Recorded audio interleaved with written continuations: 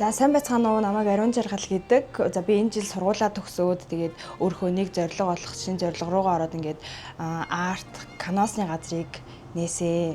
Яг нээ гэж бодсон шалтгаан маань гэх юм бол бас хэд хэдэн шалтгаан байгаа. Тэгэд ер нь яг ингээд бодоод хахад зүгээр яг хүүхдүүдэд зориулсан газар байдаггүй гэдгийг би ер нь ингээд 1-2 жилийн өмнөөс ингээд анзаарч ирсэн байхгүй юу? Яг ингээд нэг хүүхэд дагуулаад гарахаар ч юм уу эсвэл би ингээд нэг найзуудтайгаа хамт нэг газар ингээд арай бүтээлч сууя гэхээр ингээд тэр газар нь үнэтэй аль эсвэл нэг яг энэ тохиромжтой газар байдаггүй юм шиг. 3-5 насны хүүхдүүд ингээд яг зориулсан ингээд тэднэрт ингээд тэдний одоо нэг хүсдэг ингээд газар нь арай ингээд ховор юм шиг санагддаг. Тэгэл ингээд нэг амралтын өдрүүдээр эцэг эхчүүд нь бас ингээд хүүхдтэйгээ нэг цагийг өнгөрүүлчмээр байдаг. Тэнгүүт одоо нэг юм арт ингээд буддаг, баримл буддаг тиймэрхүү газар арай бага юм шиг санагдаад тэгээд л ер нь бол анх эхлэе гэж бодож байсан. Хүүхдүүд чинь нөгөө нэг ингээд зурх дуртай, яг ингээд зурх дуртай насн дээр нь тиймэрхүү зүйл байдаггүй. Тэгээд нэг дэлгүүрээс аваад будлаа гэхэд ингээд орчин нь бүрддэггүй ч юм уу. Тэнгүүд тэр хүүхдүүдэд зориулаад ийм хөрхөн орчин бүрдүүлээд за тэгээд ирж байгаа хүүхдүүдтэй ингээд айгүй юм хүндэтгэлтэй харьцаад ингээд хүүхдүүдтэй ажиллавал бас хөрхөн юм болов гэж бодоод ер нь бол ингээд нэг жилийн өмнөөс зорилго тавиад тэгээд энэ жил эхэлсэн. Сая 6 сард. Яг эхлүүлсэн бас нэг шалтгаан маань гэх юм бол яг нөгөө сургуулаа төгсөөд за ер нь ингээд хүмүүс чи хөвчлэн нөгөө заа шууд мэрэгчлэрээ ажиллая, нэг газар ороод ингээд ажиллаад мэрэгчлэрээ цаашаа явъя гэж боддог бах. Тэнгүүд минийх болохоор арай өөр байсан гэх юм уу. Ямар ч тач ингээд залуу байгаа дээрээ алдсан ч байна. Нэг юм эхлүүлээд үзье, тэгээд тууштай байгаад үзье гэд ер нь бол яг анхны эзэн. Манай энэ газрын онцлог гэх юм бол ер нь ингээд яг ингээд гадуур явж байхад ер нь бол нэг иймэрхүү баримлууд буддаг газрууд айгүй цөөхөн байдаг, бараг байдаггүй нь байх юм бол ингээд зүгээр нэг үзэгний сав мав буддаг ч юм уу тий. Тэнгүүд ингээд манай хүүхдүүд ингээд зүгээр хүссэн үлгэрийн баатраа ч юм уу аль эсвэл ингээд ер нь будаад аваад авч болно. Тэнгүүт манайх ингээд бас нэг эндээ ингээд мөнгө хадгалдаг хүүхдүүд ингээд мөнгө хадгалаад хийчих болдог. Тэгээ энийг ингээд будаад гэртээ аваачаад тавьчих болохоор ер нь тиймэрхүү онцлогтой байж болно. Тэгээд ер нь яг эднэрээ энд болохоор ингээд энэ 50-аас бусдын ер нь бол ингээд бас бүгдийг ингээд гараараа ингээд яг ингээд бүгдийг хайрлаж хийсэн манаас онцлог болох юм болов гэж бодож байна. Анх урлагаа нээхтэй болохоор яг нэг ер нь бол ингээд ганцаараа би ингэж бодож байсан байхгүй нөгөө за ингээд бүгдийг ингээд ганцаараа өөрөө болгочаал ингээд гинт тэгэл ингээд хүмүүст хэлүүл ингээд бас сүртэй юм болоо гэдээ амар бодож байсан байхгүй. Тэнгүүд яг хүн бол ингээд ганцаараа ерөөсөө юмнуудаа хийдэггүй мэлээ. Заавал ингээд нөгөө нэг хамт олонтой ингээд найз нөхөдтэй байж ижил хамаг юм амжуулдаг. Тэгэл одоо ингээд энийг хүртэл ингээд ер нь бол ингээд бүгдийг ингээд гараараа хийсэн бохгүй бидэд найзуудаараа. Тэгэд ингээд бүгдийг нь одоо ингээд сэтгэл гаргаад хийсэн гэх юм уу. Тийм. Яг урлагаа нээсний дараа болохоор ингээд хамгийн гой санагдсан юм гэвэл хүмүүсийн сэтгэгдлүүд байсан. Ингээл хүмүүс орж ирчихэл ямар гоё газар өө яасан хөөрхөн юм бэ ингээ үргэлжлүүлээрээ тэгээ чи ганцаараа хийж байгаа юм уу гэдэг. Тийм ингээ тэнгуут нь өө яасан хөөрхөн юм бэ гээл за ингээ хүүхдүүдэд авчирнаа гэл орж ирж байгаа хүүхдүүдийн юм нэг сэтгэл хөдлөл нь бас айгүй хөөрхөн байсан. Тийм ингээл энэ өстой гоё газар шүү би ингээд мөрөөддөг инээ тэрэ гэл яг тэгж ярьж байгаа нь ингээд хамгийн гоё юм урам зориг өгөөд ингээд цаашаад ингээд за би тууштай л үргэлжлүүлэх юм байна гэдэг тийм урам зориг юу нь бол авч байгаа гэх юм.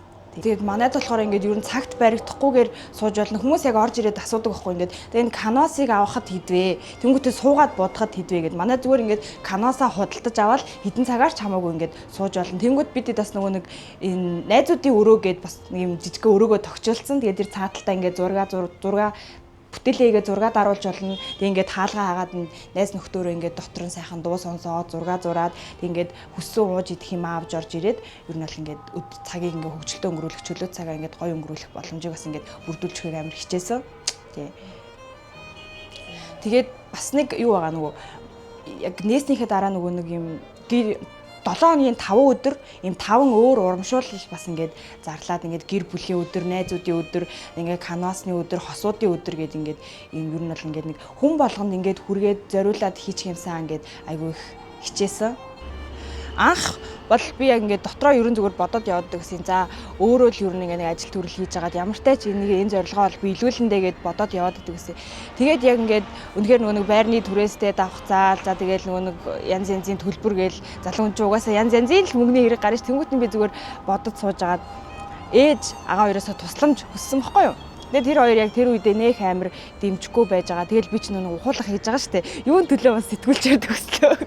Тэгэл ингээл ингэдэг тэгдэг сте амар ингээд ингэчих юм бол ер нь тэгээд хүмүүс амар гоё эргээр хүлээж авнаа. Энд чинь ингээд томчуудтай ажиллах биш ямар нэг хүнд зүйл биш ингээд хүүхдүүдтэй ажиллана гэдэг чинь айгүй гоё штэ гэл ер нь бол тийм айгүй гэгээлэг талаас нь ярьсан. Тэгсэн чинь ээж ер нь дэмчгээр болсон. Би ингээд дэмжиж чагаад нь ерөөс итгээг байхгүй юу. Тэгсэн чинь тэгэл яагаад намайг дэмжиж байгаа юм бэ? Яасан ингээд тэгсэн чинь ээжийн залуу байхад ингэж дэмждэг хүн байгаагүй. Тэгээд охиныгоо ер нь дэмжичээ даа гэл дэмжижсэн. Тэгээд ер нь бол ээжтэй амар их баярлалаа. Би бас өмнө нэг онлайн шоп дээжсэн гэхгүй. Бачаа өмнө нэг онлайн шоп ажиллуулах гал бас ингээл өөрөө мөнгө төгрөгөө нэг зарим нь болгочоод ээжээсээ бас тусламж хүсэжсэн. Тэгэхэд ингээд бүгдийг ингээд за одоо ингээд за алдсан ч аахвтэ хийгээд үзэхгүй юу даа гэл тэгсэн. Тэгээд энэ удаа туслахтаа болохоор тууштай байна шүү. Ямар нэг тийм алдах юм ихгүй дундаас нь шантарч болохгүй шүү гэж хэлээл ер нь бол дэмжсэн дээ. Нээж байна. Энэ өрөөгөө болохоор яг нэг найзууд хосуудад бас ингээд зориулж тогтчулсан. Тэнгүүт эндээ ингээд зогсоод одоо ингээд бүтээлээ хийчээд ингээд зураг даруулдаг ч юм уу яг тиймэрхүү байдлаар ер нь бол тогтжуулах гэж нэлээд хичээсэн. Тэгээ нэмэх юмнууд бас зөндөө байгаа. Тэгэл найзуудаараа яг ийшээ орж ирэл гутлаа тайлаад ийшээ орж ирээд ингээд бөөндөө зураг зураал ингээд эндээ ингээд лага асаагаал тэгэл канаасаа будаал аваад явхаар ер нь бол тэгж тогтжуулахыг аюу хичээсэн. Ямар ч тач ингээд нэг тийм одоо энд хүмүүс ингээд бужигнжаалаа гэхэд манай энэ яг энэ өрөөнд орж ирээд найзуудтайгаа хостойгоо гэр бүлээрээ ингээд арай нэг 50 орчинд ингээд тусгаарлагдаад цагийг өнгөрөөх юм боломжийг бүрдүүлж өгч хичээсэн.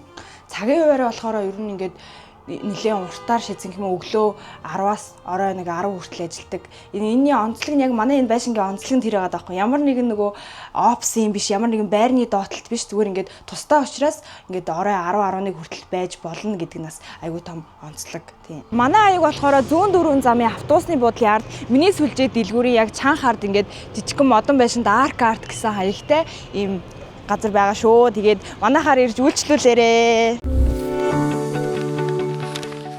100 түүчэлэх 100 нэмэтээс өнөн цаасан хэвлэл болон цахим хэлбэрээр уншигч танд хүрч байна. Иргэдээ өмөөч өвчин. Үндэсний өдөр тутмын сонин 100 нэмэтэ.